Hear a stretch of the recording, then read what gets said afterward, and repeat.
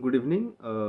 आज हम लोग बात करने जा रहे हैं इंडियन पॉलिटिकल थॉट के बेसिक जो जेनेसिस है उसके डेवलपमेंट के और इसके जो कोर प्रिंसिपल्स हैं उनके बारे में। इससे पहले हमने एक छोटी सी सीरीज चलाई थी जो न्यू सिलेबस है CBCS का उसके ऊपर। बट आज हम लोग बात करने जा रहे हैं PG का जो सेकेंड सेमेस्टर है उसमें एक पेपर है हमारा इंडियन पॉलिटिकल थॉट।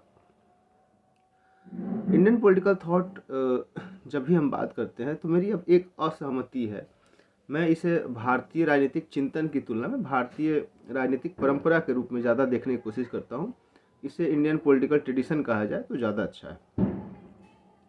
अब बात करें इंडियन पॉलिटिकल थॉट की, तो Indian political thought refers to the rich and diverse intellectual tradition that has evolved in India over the centuries। क्या मतलब है इसका जब हम बात कर रहे हैं कि इंडियन पॉलिटिकल थॉट जो है वो बड़े ही एक समृद्ध और विविध जो बौद्धिक परंपराएं हैं वो अलग अलग समयों के साथ भारतवर्ष में धीरे धीरे विकसित हुआ है। It encompasses many philosophical, ethical and political ideas that have shaped the country's governance, social structure and political discourse। तो फिलॉसफी और इसकी जो सोशल इम्प्लीकेशंस हैं, इसने भारत की सामाजिक, आर्थिक, राजनीतिक, बौद्धिक परंपरा को कहीं ना कहीं शेप किया है, रीशेप किया है। आगे अगर हम देखें तो Indian political thought draws inspiration from ancient text such as the Vedas, Upanishads, Arthashastra and Manusmriti, as well as the teaching of revered philosophers and scholars like Mahatma Gandhi, Ambedkar, Swami Vivekananda. तो अब अगर हम इन सारी चीज़ों को एक साथ क्लिप करके देखें तो अब देख सकते हैं कि एंशिएंट इरा से, एंशिएंट पीरियड से कि किस प्रकार से वेद, वेदांग, उपनिषद, अर्थशास्त्र, मनुस्मृति, महाभारत और फिर हम देखें जो रिसेंट टाइम में गांधी, अंबेडकर, विवेकानंद, इन सब की जो फिलॉसफी है किस तरीके से एक साथ एक्यूमुलेट होके एक इंडियन पॉलिटिकल ट्रेडिशन जो है उसको इमर्ज करती। It reflects the pluralistic nature of Indian society incorporating elements of democracy, socialism, secularism and cultural nationalism. अब यहाँ पे ये बात बड़ी ही महत्वपूर्ण हो जाती है कि सारी ही फिलॉसफीज़ को हम जब देखते हैं तो हम ये देख पाते हैं कि यह एक बहुलवादी जो प्रकृति है भारतीय समाज की उसकी ओर हमारे ध्यान आकर्षित करती है।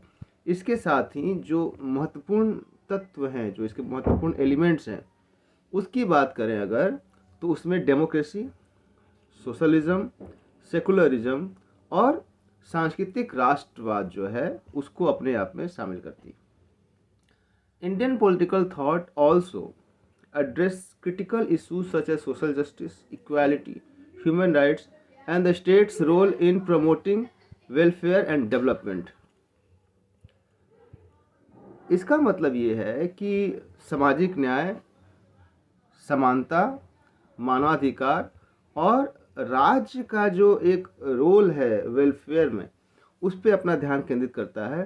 प्रजा हिते राजा हितम, प्रजा वात्सल्य की जो अवधारणा है हमारे यहाँ, राम राज्य की जो अवधारणा है, वो कहीं ना कहीं जो इंडियन सोसाइटी, इंडियन स्टेट के जो वेलफेयर की बात है उसमें के रिफ्लेक्शंस में उसमें आपको दिखाई पड़ता है। It continues to evolve and adapt to contemporary challenges, providing a foundation for democratic governance and shaping India's political landscape।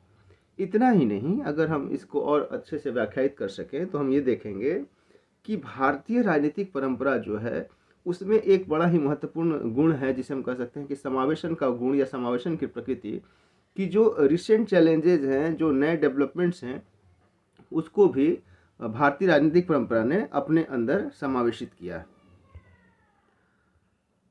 अब बात यह है कि इंडियन पॉलिटिकल थॉट जो है वो बड़ा ही वास्ट है और कॉम्प्लेक्स, जो कि बहुत ही एक लंबे इतिहास के कारण ऐसा है। तो एक तो बहुत ही विस्तृत है और दूसरा ही बहुत जटिल है। तो इस जटिलता और इसके विस्तार को अगर हम देखें तो it encompasses many ideas and philosophies from the ancient Hindu concept of dharma to the modern day principle of democracy and secularism. तो जहाँ एक तरफ हम बात करते हैं कि अगर हम एंशियंट इराक की बात करें तो धर्म जो था, धर्मा बहुत ही महत्वपूर्ण प्रिंसिपल है भारतीय राजनीतिक परंपरा में, उसकी बात करता है। और वही हम अगर मॉडर्न टाइम पे देखें तो डेमोक्रेसी और सेकुलरिज्म भी हमारे पॉलिटिकल ट्रेडिशन के हिस्से हैं। अब अगर हम कुछ बेसिक की फीचर्स को आइडेंटिफाई करने की कोशिश करें तो उसको हम इस तरीके से देख सकते हैं, जिसमें शामिल किया जा सकता है सबसे पहले धर्म को, और सारे बेसिक फीचर्स को हम डिफाइन भी करते चलें। तो धर्म इज अ कॉम्प्लेक्स कंसेप्ट रफली ट्रांसलेटेड एज द राइटियसनेस और duty. It is often seen as the foundation of Indian society, has been used to justify a wide range of political system from monarchy to the democracy. तो धर्म को अगर हम परिभाषित करने की कोशिश करते हैं तो हमें पाते हैं कि जो यथेष्ट है, जो उचित है, या जो कर्तव्य के रूप में है, उतना ही नहीं, बहुत सारी ट्रेडिशन में, हमारे राजनीतिक परंपरा में बहुत सारे ऐसे कंसेप्ट है जिसको जस्टिफाई करने का काम जो है वह धर्म के आधार पर होता है। अहिंसा, अहिंसा is the principle of non-violence. It has been a central tenet of Indian philosophy for centuries. It has been influential in developing modern day concepts such as peace building and conflict resolution. अहिंसा जो है, जिसे non violence कहें, आप उसको Jainism, Buddhism, Hinduism के साथ साथ आप महात्मा गांधी के जो कंसेप्ट हैं उसमें भी देख सकते हैं कि कैसे इसने भारतीय परंपरा को प्रभावित किया है। पीस बिल्डिंग मतलब जो शांति स्थापन के अलग अलग साधन हैं, संघर्ष समाधान के जो अलग अलग उपाय हैं, उसमें भी अहिंसा का एक बड़ा ही महत्वपूर्ण रोल है। Swaraj, Swaraj is the concept of self rule. It was a key slogan of the Indian independence movement and continues to be an essential ideal for many Indians today.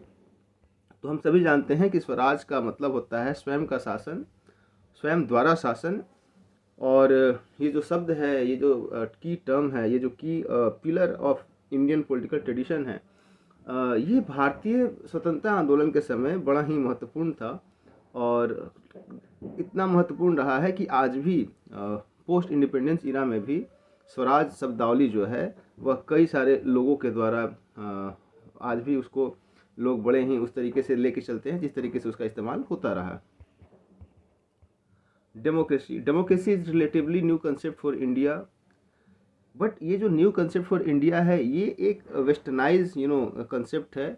उसके अकॉर्डिंग डेमोक्रेसी हमारे लिए नई शब्दावली है, जैसा कि पाश्चात्य जगत में जिस तरीके से एक systematic discipline of political science emerge हुआ है। अगर इसके अलावे बात करें तो आप देख सकते हैं कि 16 महाजनपदों में सभा, समितियां और रिपब्लिक्स के उदाहरण हमारे सोसाइटी में मिलते हैं। खैर, but it has quickly become an cornerstone of the countries political system. तो बहुत ही देर से एक सिस्टमेटिक पॉलिटिकल कंसेप्शन के रूप में जब ये हमारे पास आता है, फिर भी इंडियन पॉलिटिकल ट्रेडिशन में, इंडियन पॉलिटिकल सिस्टम में ये बड़ा ही महत्वपूर्ण एक एलिमेंट है। और आप देख सकते हैं कि इंडिया जो है अभी वर्ल्ड का सबसे बड़ा लार्जेस्ट डेमोक्रेसी है, और बहुत ही सक्सेसफुल तरीके से हम इसको कंटिन्यू कर पाए हैं हमारी सोसाइटी में। द नेक्स्ट की पिलर, की term of the Indian political tradition is secularism.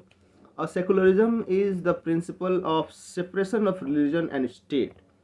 तो राज्य और धर्म के बीच की जो सीमा रेखा है उसे आप सेकुलरिज्म के रूप में देख सकते हैं. It is enshrined in the Indian Constitution and has been an important factor in the country's religious diversity. इतना ही नहीं है, भारतीय संविधान में सेकुलरिज्म की जो अवधारणा है वह दरअसल जो धार्मिक विविधता है उसको भी एक तरीके से अपने साथ कैरी फॉरवर्ड करता है. अब अगर हम बात करें कि जो हिस्टोरिकल रूट्स हैं, ऐतिहासिक जो चीज़ें हैं इंडियन पॉलिटिकल थॉट की, उसमें क्या है, तो historical roots of Indian political thought can be traced back to the ancient Hindu scriptures such as the Vedas, Upanishad, Mahabharat, और कैसे ये बड़ा ही एक rich and complex philosophy generate करता है हमारे सोसाइटी के लिए, हमारे डे बाय डे लाइफ के लिए. और उसके अलावे जो आइडियाज़ हैं, जो सेंट्रल आइडियाज़ हैं इन सारे जो सोर्सेज में वो क्या हैं कि वो है द नेचर ऑफ गवर्नमेंट, कैसा होगा राज्य की जो सरकार की प्रकृति है वो कैसी होगी, the relationship between the individual and the state, व्यक्ति और राज्य के जो संबंध हैं वो कैसे होंगे, and the purpose of the society, समाज का उद्देश्य क्या है। और ये एक बड़ी ही महत्वपूर्ण बात है जहाँ मैं आपका ध्यान आकर्षित करना चाहता हूँ।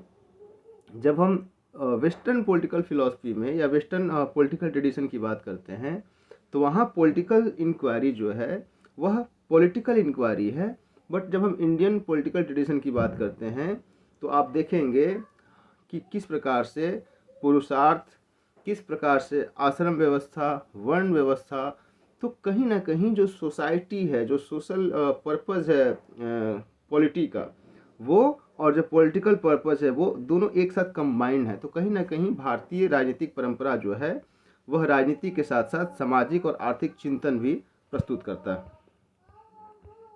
अब हम अगर डिवाइड कर लें इंडियन पॉलिटिकल ट्रेडिशन को, तो एंशियंट इंडियन पॉलिटिकल थॉट या ट्रेडिशन की बात करें तो सबसे पहले आता है वैदिक पीरियड।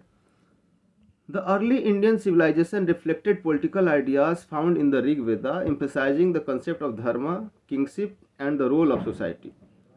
तो सबसे पहली बात अगर हम करते हैं तो प्रारंभिक दौर पे ऋग्वेद जो है उसमें हमें धर्म, किंगशिप और जो सोसाइटी के पर्पस है उसकी बात होती है।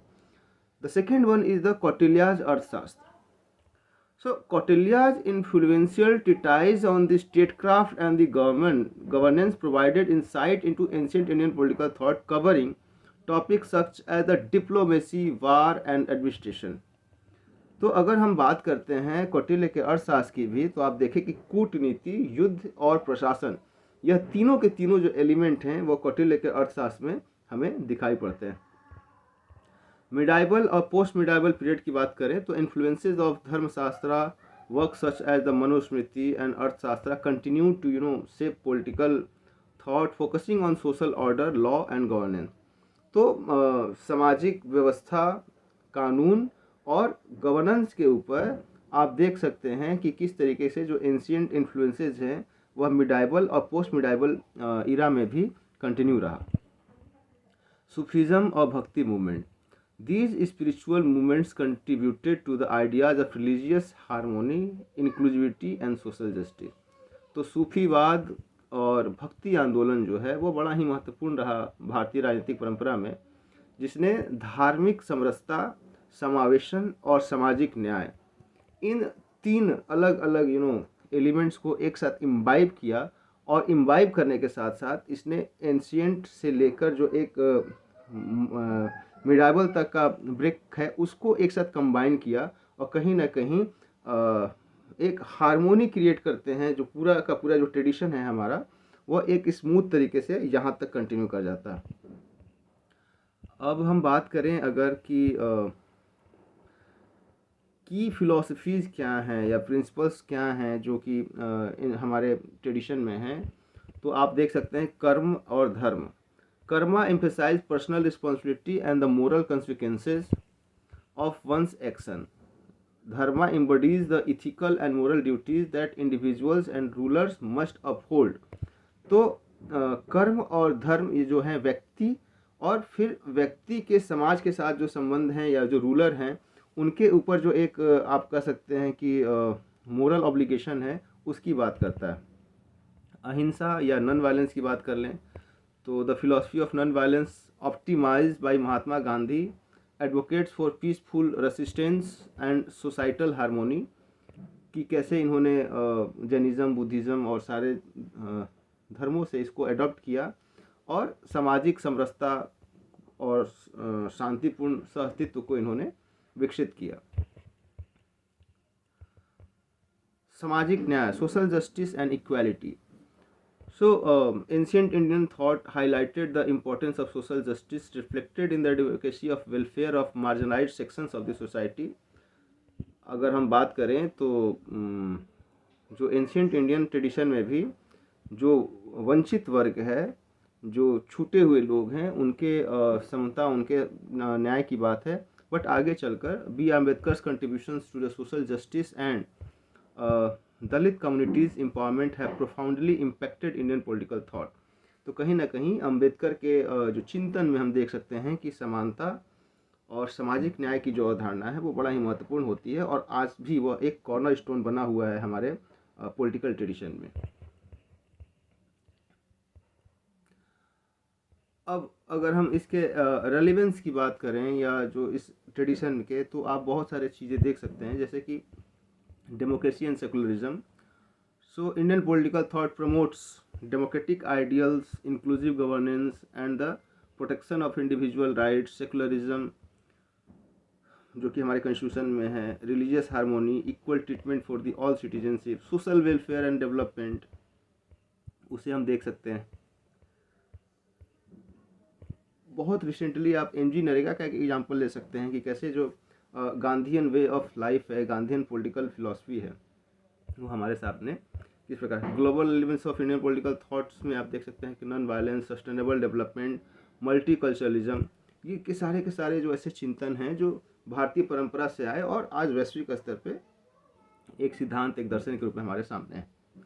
इन सब के अलावे अगर हम बात करें तो गांधी और उसके बाद जैसे गांधी, जवाहरलाल नेहरू, अंबेडकर, जयप्रकाश नारायण, लोहिया, इन सबको जब हम पढ़ेंगे या जब हम पढ़ते हैं तो हमारे जहन में ये बात ज़रूर होनी चाहिए कि इनकी जो फिलॉसफी है, ये फिलॉसफी एक तरीके से उस राष्ट्र के लिए है, उस भारतवर्ष के लिए है जो दासता से मुक्त होकर आएगा, और वह उनके सपनों के भारत के जैसा होगा, जैसा उन्होंने एज्यूम किया है, जैसा उन्होंने अपने चिंतन में दिया।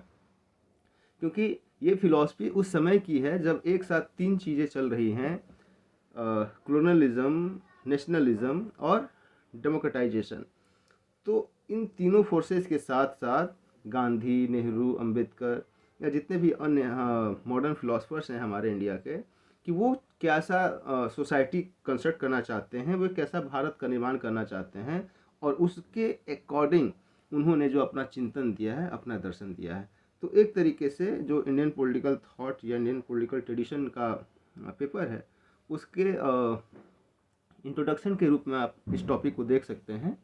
और फिर इसके बाद वन बाय वन, जैसे हम महाभारत का शांति पर्व, कौटिल्य के अर्थशास्त्र के बाद जब हम फिर शुरू करेंगे राजा राम मोहन राय से, फिर गांधी से, तो वन बाय वन हम इन सारी चीज़ों को डिस्कस करते चलेंगे। तो आज के लिए इतना ही, कल फिर किसी एक नए विषय